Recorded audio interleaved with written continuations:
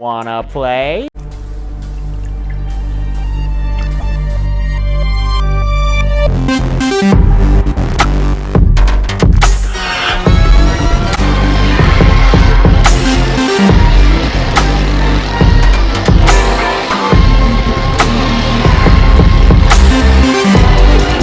Here's Johnny! I need a bigger boat. What's your favorite scary movie? We have such sights to show you. It's alive! It's alive! It's alive! Hi, I'm Chucky. Wanna play? Hey everybody, welcome back to Wanna Play. My name is James McKenna, and today we're going to be doing another walkthrough. And today's walkthrough is going to be the greatest horror movie of the 90s. I'm sure many people will agree. That is Candyman. Candyman is amazing. Adapted from Clive Barker's short story, The Forbidden, Candyman tells a story of basically a son of a slave owner who comes back years and years later after being summoned through a mirror by saying his name 5 times and just goes and just kills a whole bunch of people. It's super insane, it's super creepy, it spawned 2 sequels, a third one is coming out pretty soon, which I believe is ignoring the other 2 sequels, because the other 2 sequels apparently were crap.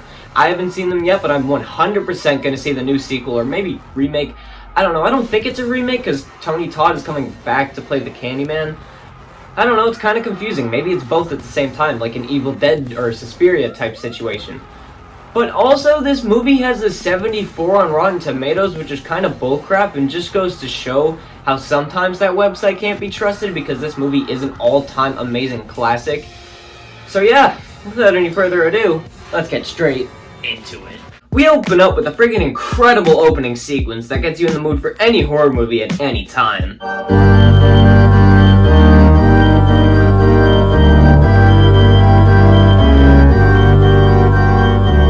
The score is one of the best in any movie, period, and hey, it even says that Hellraiser director Clive Barker was the executive producer. After we see a bunch of bees swarming the city of Chicago, we hear a story being told about a girl summoning the Candyman by saying his name 5 times in the mirror. After the boy here, Billy, says the name 5 times, he goes downstairs, but up in the bathroom, Candyman. She turned out the lights. oh, she did.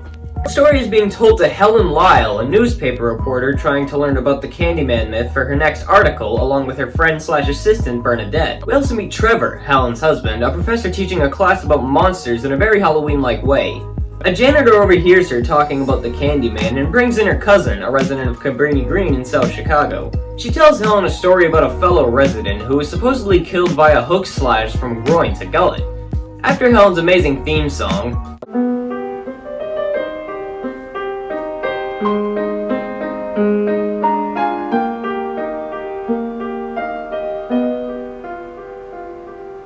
her and Bernadette take apart the next apartment's medicine closet through the wall, creating a very Candyman-friendly hole behind the mirror before saying his name 5 times, but nothing happens. The next day, Helen and Bernadette head to Cabrini Green, which just so happens to be the most dangerous neighborhoods in America on and off camera. They come across a couple gangs, some of them actual real-life gangsters from Cabrini Green, paid off by the producers to appear in the movie and to, you know, not attack them, and they head upstairs to the apartment where the woman in the story was killed.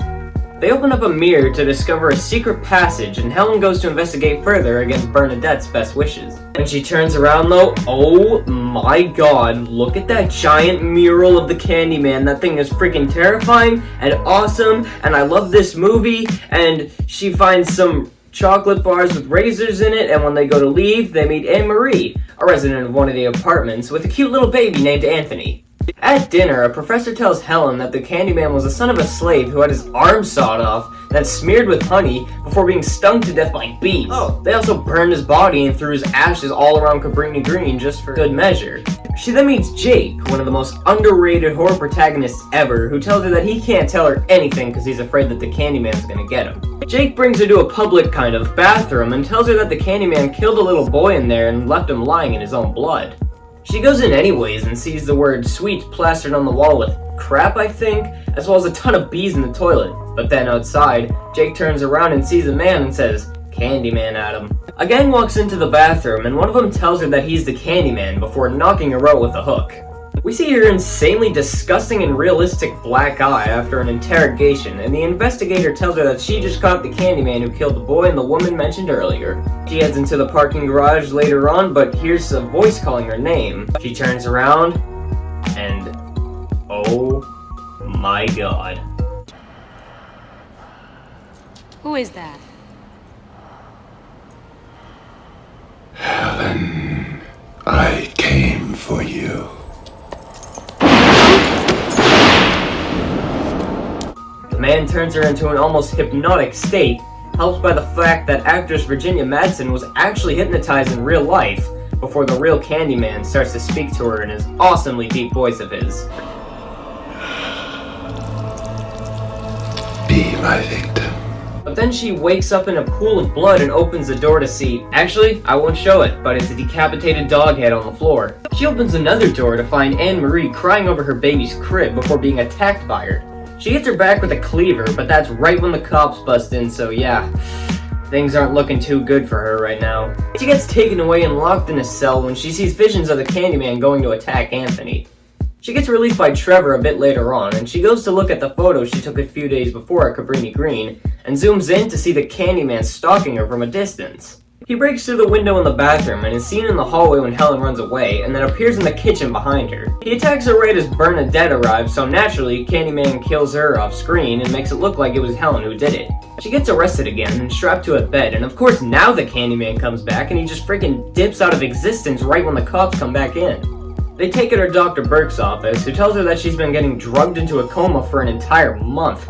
He shows her tapes of her screaming to Candyman, who's using a peer offline, and since Helen was the only one in the party, Dr. Burke can't see him and thinks that she's truly insane.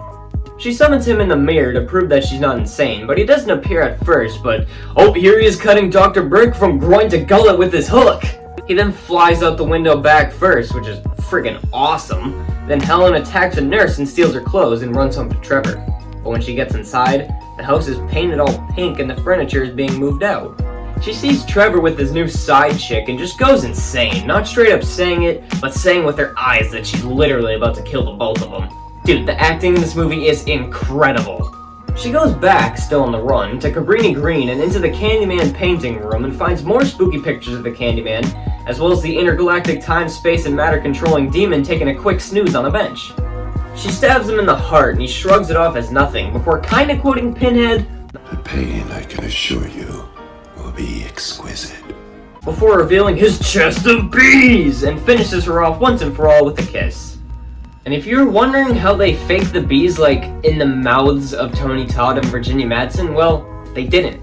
Those are like legit bees in their mouth. Like, I don't know, but for me that just makes it 10 times creepier. She wakes up not dead, or maybe just undead, to find a mural of herself with Candyman in the wall, and here's the baby crying outside in a giant trash heap, which is going to be used later on for a massive bonfire. Jake finally comes back into the movie and sees the Candyman's hook on the pile, so right as Helen finds baby Anthony, some of the gang members start dousing the pile in gas. Candyman grabs her hostage as the pile gets set on fire by the entire neighborhood, but Helen stabs him in the gut with a flaming stick and grabs hold of the baby, but gets set on fire as Candyman screams at her to come back to him. She gives the baby back to Anne-Marie, and after Candyman presumably dies again in the fire, Helen dies along with him.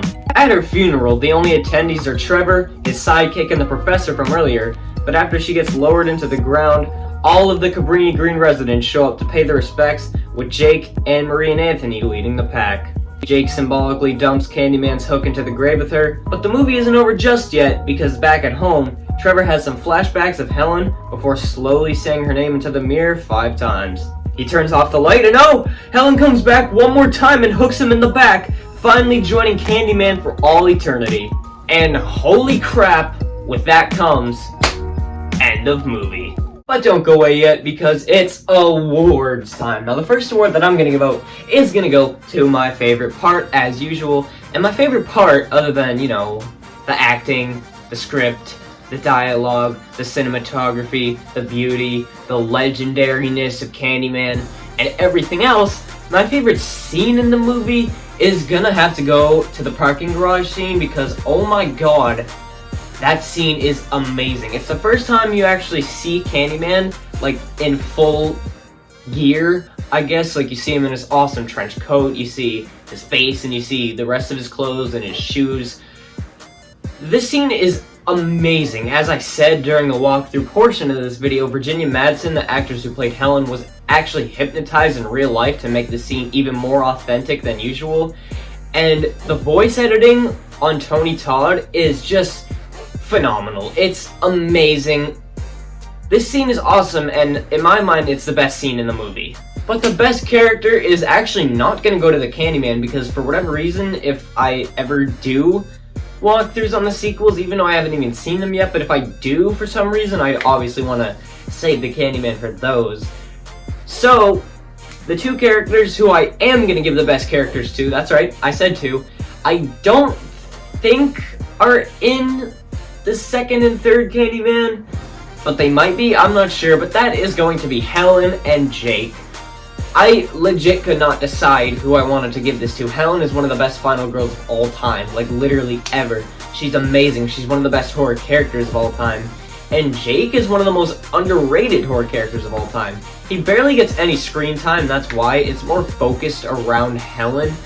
But I feel like Jake is such an awesome character. He ties into the story so well. The ending bit of him throwing Candyman's hook into Helen's grave is amazing. So I think that they both deserve this award, 100%.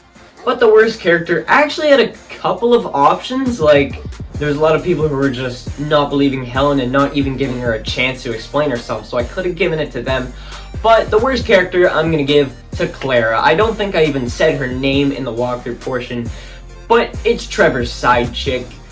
Literally, not only because she's Trevor's sidekick, but also because, like, she's the one bad actress. I don't remember her name, but literally the one bad stretch of acting is towards the end when she goes to investigate and sees the body of Trevor. She's like, Trevor? And she's like, ah! And she's just like screaming for like 20 seconds, and it's so annoying. Her acting is terrible, her character is terrible, it's the worst. Probably the worst part about this movie, and that's Clara, easily the worst character for me.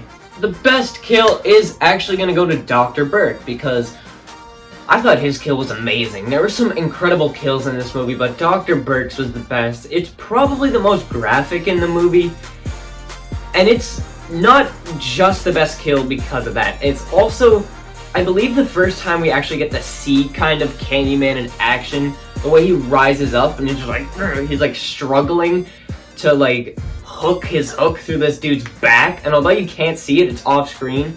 It's perfectly off screen. I think if they actually showed the hook going into his back, it would have been worse, like way worse. But I think they show you just enough to make this the best kill in the movie. Honestly, every kill in this movie could be classified as the best kill. Like, there's an argument for all of them, but in my mind, the best kill is easily Dr. Burke. The worst kill was actually a tough one to give out to me because, as I said, all the kills in this movie were great. But I think the worst kill is actually the one from the opening because, I mean, sure, it's Candyman's first ever kill, but you don't even see anything. Like, you just, he appears in the back of the mirror, you hear the girl scream, and then you just see some blood dripping down from the ceiling. Like, it's really nothing. Like, sure, it's his first kill, as I said, but it's only in a story. It doesn't have any impact on the real movie, like, or story of the movie at least. Because, like, I don't know, it's just the worst kill. It's probably the kill that you get to see the least. Like, you don't, it's not really that graphic, and I don't know, like, it's fine, it's not bad. Like, in a horror movie with awful kills, this would definitely stand out. It's just not the best kill in the movie. And the scariest scene is going to be a scene that Candyman's not even in, and that's when Helen and Bernadette are going and investigating Cabrini Green for the first time, because it's just suspense. That's it. It's fully all suspense. It's one of the best scenes of suspense in horror at all, and it leads to nothing. Candyman isn't there. They walk through, they get past this gang, which is already scary enough, and then they go to investigate this, like, hellhole, pretty much, like this abandoned, boarded up place that barely anybody even knows about in this Cabrini Green area. and like she turns around, she sees that awesome spooky mirror, this awesome spooky mural, and it's just great. This scene is so scary. She finds the candy with the razors in it. This scene is so scary because literally the whole time you're sitting on the edge of your seat, you're saying, where's Candyman? When's he gonna show up? When's he gonna show up? And then he doesn't, and then it's just the next scene. And I think that is perfect. And it's terrifying, and it's the scariest scene in the entire movie. And the dumbest moment is actually gonna be the fact that we didn't get to see more Jake, because Jake's an awesome character. He's one of the 2 best characters in the entire movie, and honestly, well, other than Candyman himself, in the entire franchise. I mean, once again, I haven't seen them, but from what I've heard, ain't no characters better in the 2nd and 3rd Candyman than the first one. But, I mean, come on, I really wanted to see more of him. Like, the first time I saw him, I was like, he's gonna be a great character, he is. And then he's only in like 3 scenes after that. I wanted to see more of Jake. I wanted him to kind of team up with Helen or something to try and beat the Candyman. But they didn't. I wanted to see more of Jake. What can I say? He's an amazing character. Because this movie's so great that a character that appears in like 3 scenes, you automatically connect with and you want to see him more. That's how awesome this movie is. It could just do that with any character. Any character, whatever emotion they want me to feel, this Candyman movie does it. Like, I hate Trevor. It wanted me to hate Trevor, and I do. I really like Jake. It wanted me to like Jake, and I did. So yeah, finally the most iconic bit is actually going to be the fact that, you know, you say Candyman's name 5 times into the mirror, Candyman pops out. Well, nowadays it's more known as 3 times, which is kind of annoying. I mean, more people say, oh, you say Candyman's name in the mirror 3 times and he pops out. He doesn't, it's 5. But this is the part about Candyman where I'll just be like hanging out with someone or doing something like that. I'll be standing in an elevator, I don't know, something like that. And then I'll hear that, like, I'll hear somebody just randomly say, like, oh, you don't say Candyman's name into the mirror 5 times. It's just the most known bit. Like, people probably don't even know what Candyman looks like. Probably like a Bloody Mary situation. Nobody knows what she looks like. You just, if you say the name into the mirror a certain amount of times, they pop out and kill you. And this is easily the most iconic bit because it is. Thanks for watching my walkthrough.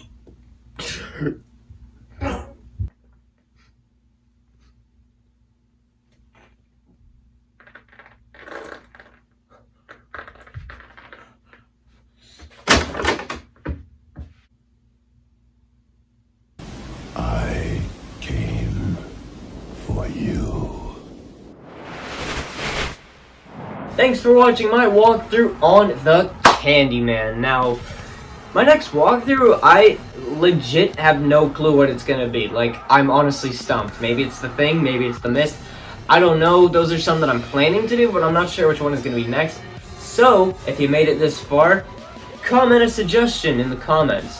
Just whatever you want to see on this walkthrough series. Comment it down, and I'll do it, because why not? I've pretty much just run out. Like, I can do basically all of them. Like, if you want to see me do, I don't know, Christine back there, then sure, I'll do Christine. Why not? But yeah, thank you for watching this video. Yeah, don't know what my next video is gonna be. I know what my previous video was, because, I mean, it's my previous video, isn't it? I've already finished it. Okay, well, I'm rambling now. So, thank you for watching my walkthrough on the Candyman. Really, really suggest you take a look at this movie if you haven't seen it yet. It's amazing. It's the best in the 90s. So, thank you for watching. Goodbye, and good night. Bang.